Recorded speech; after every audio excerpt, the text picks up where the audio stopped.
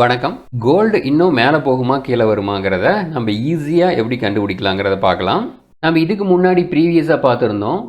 Market கீழே வந்துட்டு இருக்கும்போது இந்த கேண்டில் கீழே வரும்போதே இன்னும் அடுத்த கேண்டில் இவ்வளவு ஃபாஸ்ட்டாக கீழே போகிறக்கு வாய்ப்பு இல்லை, இந்த லெவலுக்கு கீழே க்ளோஸ் ஆகாத வரைக்கும்னு நம்ம பார்த்துருந்தோம்.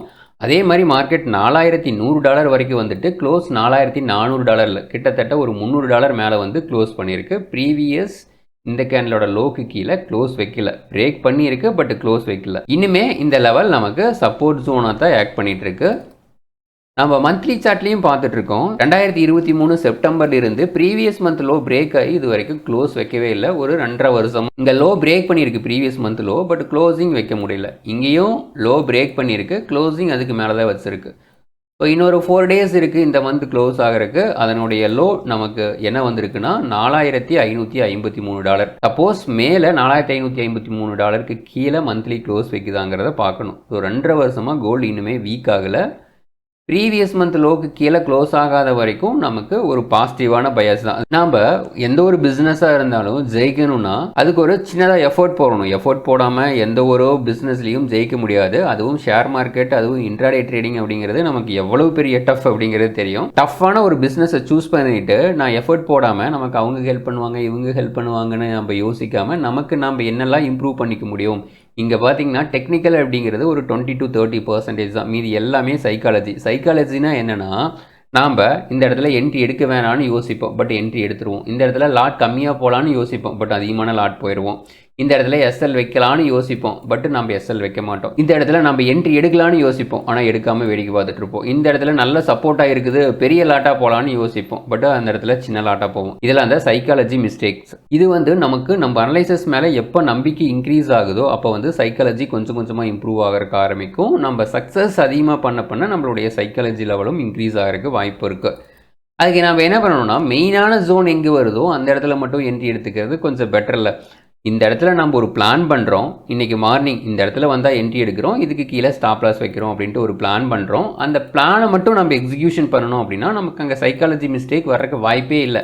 நம்ம லைவ் மார்க்கெட்டில் ஏதாவது ஒன்று அனலைசிஸ் பண்ணி அந்த இடத்துல நம்ம என்ட்ரி எடுக்கும்போது தான் நம்ம நிறையா மிஸ்டேக் பண்ணுறோம். இன்றைக்கி மார்னிங் நம்ம அந்த ட்ரேடிங் டெஸ்க்கு போகிறதுக்கு முன்னாடியே இன்றைக்கி இந்த இதெல்லாம் நம்ம என்ட்ரி எடுக்கலாம், இந்த ப்ரைஸ் வந்தால் என்ட்ரி எடுக்கலாம், இல்லைனா இந்த மூவிங் ஆவரேஜ் கட் பண்ணால் என்ட்ரி எடுக்கலாம், இல்லைனா ஆர்எஸ்ஐ இந்த லெவல் வந்தால் என்ட்ரி எடுக்கலாம். ஏதாவது ஒன்று ஒரு பிளான் இருக்கும்ல, அந்த பிளானை மட்டுமே நம்ம எக்ஸிக்யூஷன் பண்ணும்போது அந்த சைக்காலஜி லெவல் நமக்கு ஈஸியாக இம்ப்ரூவ் ஆகிறதுக்கு வாய்ப்பு இருக்குது.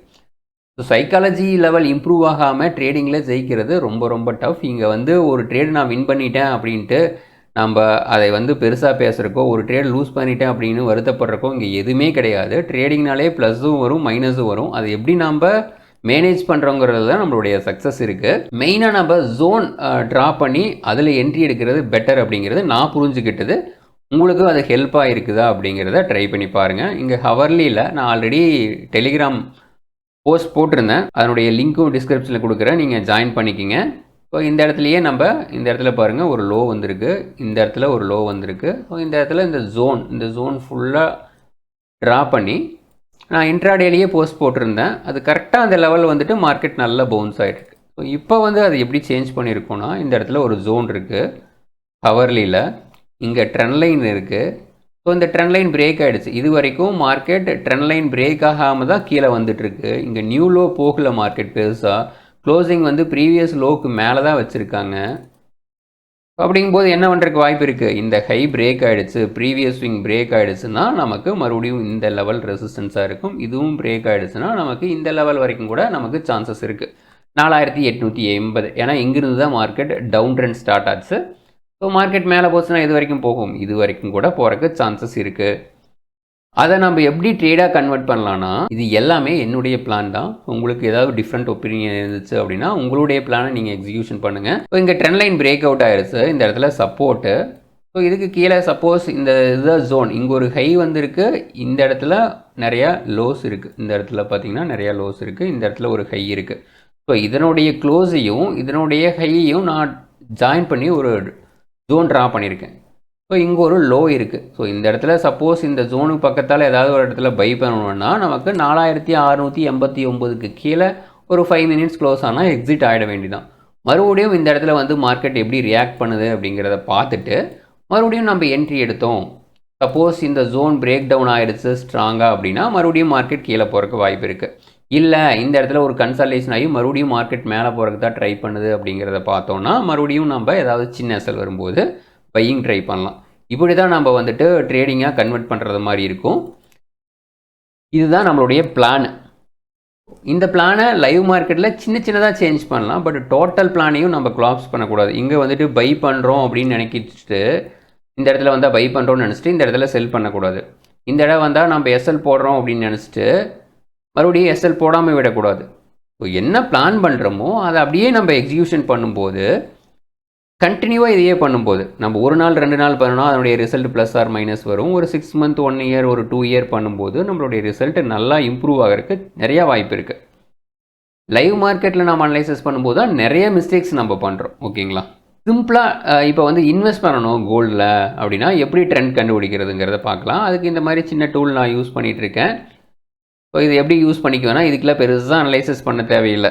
எப்படின்னா நம்ம ஈக்குவிட்டியில் தானே வாங்க போகிறோம். இப்போ சப்போஸ் கோல்டு பீஸ் வாங்குகிறோம் அப்படின்னா இங்கே எங்கே ப்ளூ வருதோ அந்த இடத்துல கோல்டு பீஸ் வாங்கிக்கலாம். ஸோ இங்கே எங்கே வந்திருக்குது ஒரு 2000 வந்திருக்கு பையிங். ஸோ மறுபடியும் ரெட்டு எங்கே வந்திருக்கு, ரெட்டு எங்கேயுமே வரல. இங்கே சின்னதாக ஒரு ரெட்டு வந்திருக்கு. இந்த இடத்துல பார்த்தீங்கன்னா ரெட்டு வந்திருக்கு. 2553 நம்ம எக்ஸிட் ஆகிடுறோம். மறுபடியும் இந்த இடத்துல பையிங் எடுக்கிறோம். 2725 700லேயே பையிங் எடுக்கிறோன்னு வச்சுக்கிட்டா மறுபடியும் எக்ஸிட் நமக்கு எங்கே கொடுத்துருக்கு 2725 டு இங்கே தான் நமக்கு எக்ஸிட் கொடுத்துருக்கு. $4450 எக்ஸிட் கொடுத்துருக்கு. ஓகேங்களா? மறுபடியும் எப்போ இது வந்துட்டு ப்ளூவாக மாறுதோ இந்த மாதிரி ஒரு ப்ளூ லைன் மேலே வருதோ அப்போ வந்து நம்ம பையிங் எடுத்துக்கலாம். சப்போஸ் பையிங் எடுத்து பின்னாடி கீழே வந்துச்சு அப்படின்னா நம்ம என்ன பண்ணணும்? உங்களுக்கு கோல்டு மேலே போகும் அப்படின்னு நம்பிக்கை இருந்ததுன்னா ஆவரேஜ் பண்ணலாம். எனக்கு நம்பிக்கை இருக்குது கோல்டு எப்படி இருந்தாலும் மேலே போகும். அப்படி இருந்தாலும் ஆவரேஜ் பண்ணோன்னா அட்லீஸ்ட் காஸ்ட் டு காஸ்ட்டுக்கு நம்ம எக்ஸிட் ஆக முடியும் அப்படிங்கிற ஒரு நம்பிக்கை இருக்குது. அந்த நம்பிக்கையினால நான் என்ன பண்ணுவேன், மறுபடியும் ஓகே இந்த இடத்துல வந்தால் கொஞ்சம் பை பண்ணிவிட்டு மறுபடியும் மார்க்கெட் மேலே வர வரைக்கும் வெயிட் பண்ணுவேன். சப்போஸ் மறுபடியும் கீழே போனால் என்ன பண்ணுவேன்னா கொஞ்சம் அதிகமாக இன்னும் கொஞ்சம் அதிகமாக மறுபடியும் எப்போ வந்துட்டு இது ப்ளூக்கு மாறுதோ அப்போ வந்துட்டு இன்னும் கொஞ்சம் அதிகமாக நான் பை பண்ணுறதுக்கு ட்ரை பண்ணுவேன். இது சிம்பிளாக ரொம்ப நம்ம அனலைசஸ் பண்ணாமல் ஈஸியாக நம்ம எந்த இடத்துல பை பண்ணலாம் எந்த இடத்துல எக்ஸிட் ஆகலாம் அப்படிங்கிறத தெரிஞ்சுக்கலாம். இதுக்கு வந்துட்டு நீங்கள் ஸ்க்ரீன் முன்னாடி இருக்கணுங்கிற அவசியம் கிடையாது. மார்க்கெட் பார்த்துட்டே இருக்கணுங்கிற அவசியம் கிடையாது. ஸோ ஒரு 1 or 2 days ஒரு 3 days ஒன்ஸ் பார்த்தீங்கன்னா கூட பெருசாக எங்கேயுமே போயிடாது.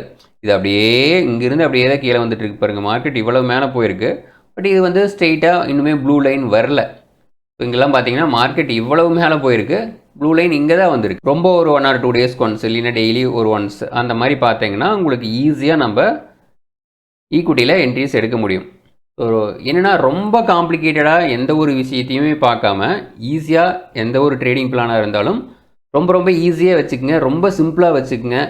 ரொம்ப காம்ப்ளிகேட் பண்ணாதீங்க. ஒரு தப்போ ரைட்டோ நம்ம வந்து அதை காம்ப்ளிகேட் பண்ணாமல் இருக்கணும். அதுதான் இங்கே விஷயம். இந்த இடத்துல பை வருமா செல் வருமா பை வருமா இல்லை மார்க்கெட் ஸ்டாப் லாஸ் போடணுமா டார்கெட் எங்கே போடணும் இந்த மாதிரி கன்ஃபியூஷனே இருக்கக்கூடாது. பிளான் ரொம்ப முக்கியம். ட்ரேடிங்க்கு பிளான், இன்வெஸ்ட்மெண்ட்டுக்கு பிளான் தான் தேவைப்படும். பட் ட்ரேடிங்க்கு ரொம்ப பிளான் வந்து முக்கியமாக தேவைப்படும். ட்ரேடிங் டெஸ்க்கு போகிறதுக்கு முன்னாடி பிளான் பண்ணுங்கள். அதுதான் நான் சொல்ல விரும்புகிறது. தேங்க்யூ.